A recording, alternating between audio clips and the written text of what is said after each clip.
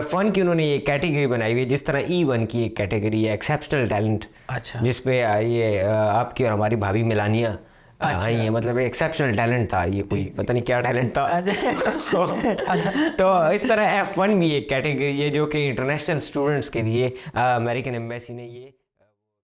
So thank you so much for coming. और you know like इस video में हम गुफ्तगू करेंगे, ठीक है, कि ये प्रोसेस क्या है, क्या चीज़ें और जो चैलेंजेस हैं, और ऑब्वियसली फिर हम कोशिश करेंगे कि जो बंदा ये वीडियो देख रहा है उससे ये वैल्यू, जो भी वैल्यू से वो लेना चाहे तो वो वैल्यू उठा के ले जाए, ठीक है। कोई फॉर्मल वीडियो नहीं है, बिल्कुल, मतलब हम दोनों डिस्कशन कर रहे हैं इस पर। बिल्कुल। तो पहली तो बात यह है कि अब उस पर डिस्कस करते हैं कि F1 वीज़ा है क्या, मतलब अकॉर्डिंग टू योर अंडरस्टैंडिंग, जितना आपने पढ़ा है, तो F1 है क्या चीज़। देखिए, जब आप किसी भी कंट्री में किसी भी इमिग्रेशन बेनिफिट्स के लिए अप्लाई करते हैं, ठीक है, तो उसकी उस कंट्री ने, उसकी जो कंट्री की एम्बेसी होती है, उन्होंने डिफरेंट कैटेगरीज बनाई होती हैं, ठीक है।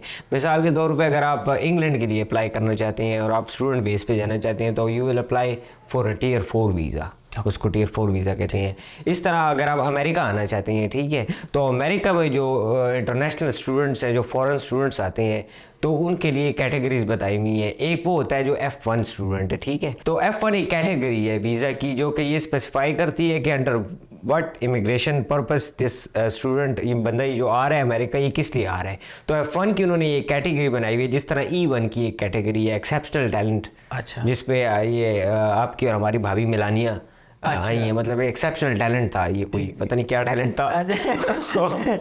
तो इस तरह F1 भी एक कैटेगरी है जो कि इंटरनेशनल स्टूडेंट्स के लिए अमेरिकन एम्बेसी ने ये वो की हुई है कि स्लॉट किया हुआ कि इस कैटेगरी के अंदर अगर आप अप्लाई करेंगे तो वो international F1 international education visa होगा। ठीक ठीक। मैं फेसबुक पे पोस्ट देख रहा था, कोई एजुकेशनल कंसल्टेंट था, ठीक है, जो कि एक्सपर्ट था। वो बता रहा था कि ऑस्ट्रेलिया का F1 वीज़ा, इंग्लैंड का F1 वीज़ा, तो I think there might be categories into that, I don't know. लेकिन मैं ये बात क्लियर करना चाहता हूँ, जब वो F1 स्टूडेंट की वीज़ा की बात आती है तो ये सिर्फ अमेरिका के सिस्टम के अंडर, ऑफ कोर्स सिर्फ अमेरिकन सिस्टम के अंदर। मतलब मैंने देखी कभी ऑस्ट्रेलियन को इतना ज़्यादा नहीं किया, लेकिन आई एम प्रीटी श्योर कि उनका कोई दूसरा कैटेगरी होगी।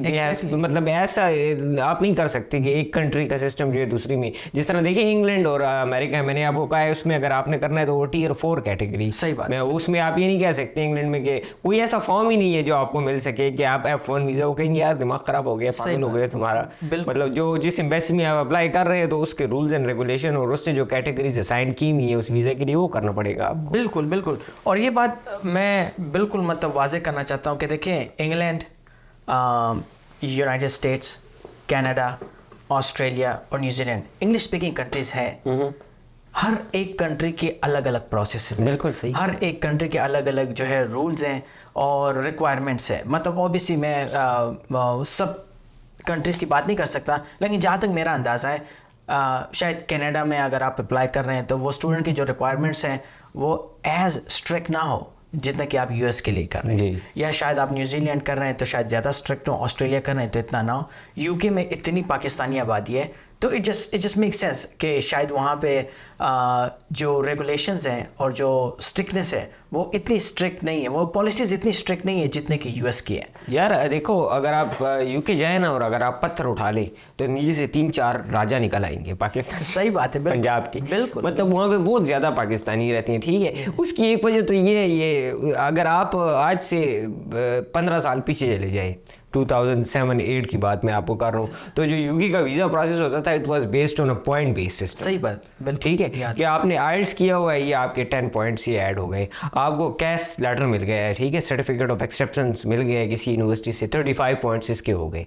तो ऑन द टोटल आपको 65 पॉइंट्स टोटल रिसीव करने पड़ते थे। अगर आपने वो 65 पॉइंट ले लिए तो you will get your visa. मतलब बड़ी मतलब पॉइंट, वो मैंने एलिजिबिलिटी क्राइटेरिया जो था वो मैंने सब कुछ फुलफिल कर लिया है। तो जो वीज़ा काउंसलर था उसके पास इतना डिस्क्रेशन नहीं था, इतना इख्तियार नहीं था कि वो आपका वीज़ा डिनाई कर सके। लेकिन अभी पिछले लास्ट 2012-13 से जो ऑन गोइंग प्रोसेस शुरू हुआ है, अमेरिका का तो उस टाइम में भी सख्त था, लेकिन जो यूके ने अपनी जो पॉलिसीज ये स्ट्रिक्ट की हैं वो इस बेस पे ही की हैं कि यार ऐसा ना हो कि पॉइंट बेस से गलत स्टूडेंट्स हम छोड़ दें। लेकिन अमेरिका का शुरू से ही स्ट्रिक्ट है बहुत ज़्यादा जो वीज़ा प्रोसेस सिस्टम है, क्योंकि यहाँ पे जो वीज़ा काउंसलर है ही हैज़ मोर डिस्क्रेशन, उसके पास बहुत ज़्यादा पावर है आपका वीज़ा रिजेक्ट करने का। आप खुद गए हैं सही वैसे, बात है, ठीक है, मैं खुद गए हूँ, तो like they don't waste time, like वो आपका वीज़ा इंटरव्यू में जाने से पहले they have determined for the most part कि हमने इसको वीज़ा देना है या नहीं देना। सही बात। तो इसलिए मैं अभी आपको मैं कह रहा था कि जब आप यूएस के वीज़ा के लिए अप्लाई करें तो it's a very huge thing, चाहे आप विजिटर के लिए करें या स्टूडेंट के लिए इन पर्टिकुलर करें, तो you have to be like really prepared for that. या एब्सोल्युटली एब्सोल्युटली। तो मोटे मोटे इसके जो रिक्वायरमेंट्स है स्टूडेंट के, वो क्या है? देखिए, सबसे पहले तो ये है कि आपने अपना माइंड आप अपना रीड करें ना कि आप करना क्या चाहते हैं। फॉर एग्जांपल आप हाई स्कूल आपने किया हुआ या आप अंडर ग्रेजुएट के लिए आ रहे हैं, ठीक है, तो अब अंडर ग्रेजुएट के लिए आप आ रहे हैं तो आप अपना डिज़ायर्ड प्रोग्राम कि मैं इंजीनियरिंग की भी है मैंने, तो मैंने बैचलर्स इंजीनियरिंग में की है या मैंने बीबीए किया हुआ है या मैंने बीकॉम किया हुआ है, तो उसके बाद मैंने कौन सा ऐसा मतलब अपना एग्जाम बनाओ कि यार मास्टर्स में मैंने कौन से मेजर्स मेरे होंगे, कौन से मेरे सब्जेक्ट होंगे। तो वो यूनिवर्सिटी की जब आप वेबसाइट पे जाएंगे, जो भी कोर्स आपने सेलेक्ट किए, ठीक है, उस यूनिवर्सिटी की वेबसाइट पे जब आप जाएंगे तो वो आपको अपनी रिक्वायरमेंट बता देगी। हर यूनिवर्सिटी की डिफरेंट रिक्वायरमेंट्स होती हैं, like it's not a standardise कि एक वन साइज फिट्स ऑल। तो अगर आप किसी एरिज़ोना स्टेट यूनिवर्सिटी की वेबसाइट पे चले जाएं, ठीक है, तो वो आपसे कहते हैं कि अगर आपने अंडर ग्रेजुएट में एडमिशन लेना है तो you have to have 6.5 bands और 6 बैंड्स। 6.5 इज़ अ प्लस, अगर आज 6.5 लिए तो अच्छी बात है, और अगर नहीं लिए तो ये आपकी इंग्लिश प्रोफिशिएंसी सबसे पहली जो आइल्स की है चीज़ आ गई, ठीक है, जो इंग्लिश प्रोफिशिएंसी आपकी होनी चाहिए, क्योंकि जो आप पढ़ेंगे तो वो सारी बात है इंग्लिश में लिखा हुआ है, तो उसके लिए आपको इंग्लिश आनी चाहिए। जी जी, या फिर आप टॉफल कर लें, सही, ठीक है, test of English as foreign language, वो अमेरिकन है, ठीक है। और या फिर जो आप उस दिन बता भी रहे थे Duolingo, like it's the most easiest, convenient and even the most cheapest.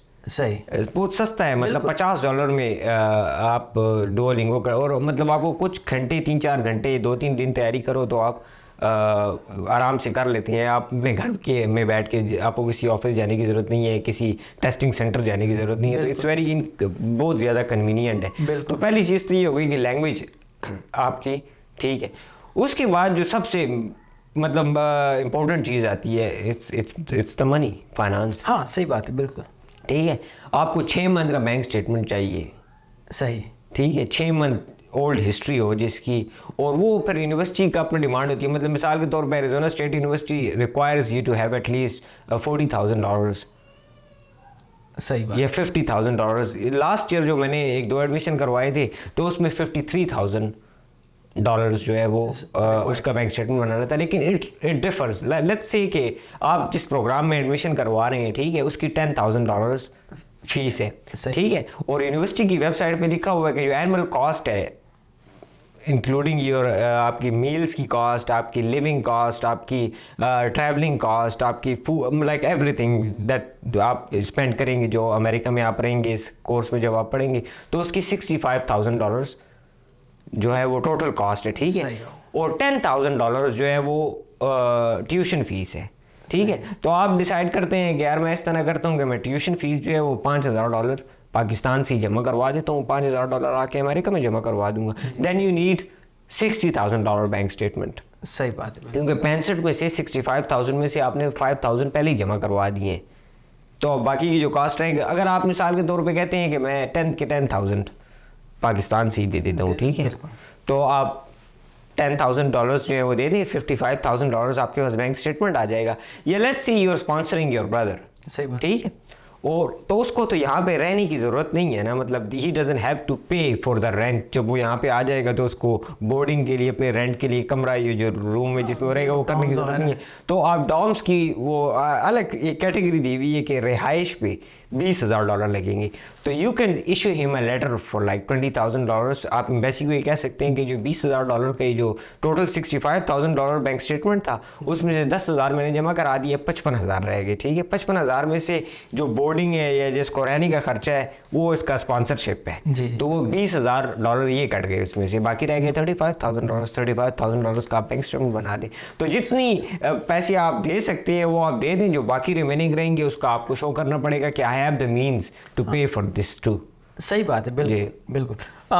ये बैंक स्टेटमेंट जो है ज़्यादातर लोग कहते हैं कि आपके नाम पे होनी चाहिए, लेकिन मैं रिसेंटली एक बंदे से मिला हूँ जिसका एक दफ़ा वीज़ा वो हुआ, रिजेक्ट हुआ, और वो 2 साल पहले रिजेक्ट हुआ था उसका इसी, और मतलब वो ऑब्वियसली वो स्पेसिफिकली नहीं बताते, लेकिन उन लोगों ने बहुत ज़्यादा क्वेश्चनिंग की तो उससे अंदाज़ा होता है कि उसका वीज़ा इसलिए रिजेक्ट हुआ कि वो बैंक स्टेटमेंट उसके ज़ाती नाम की थी। तो वो जो अपनी विंडो पे गया ना, जो वीज़ा इंटरव्यू के दौरान, तो उसने देखा, उसने कहा कि यार कि तुम तो सारे ज़िंदगी पढ़े हो ना, तो 2 रुपए का काम नहीं किया, तुम्हारे बैंक में इतने पैसे कहाँ से आ गए? तो ऑटोमेटिकली ट्रिगर्स कि यार ये तुमने सारा जो है एक तरतीब बनाई है वीज़ा सिक्योर करने के लिए, it's not legit.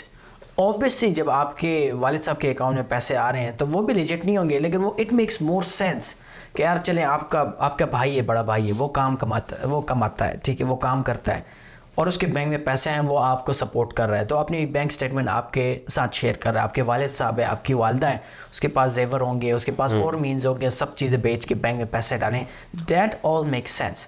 But for the most part I think अगर वो आपने कुछ काम नहीं किया, आप लिटरली जो है सारी ज़िंदगी आपने स्कूल सिस्टम में, कॉलेज सिस्टम में, यूनिवर्सिटी में गुजारा है, और आप शो कर लेते हैं कि आपके पास तो $65,000-70,000 हैं, तो वो पूछेंगे नहीं भाई कि ये क्या है।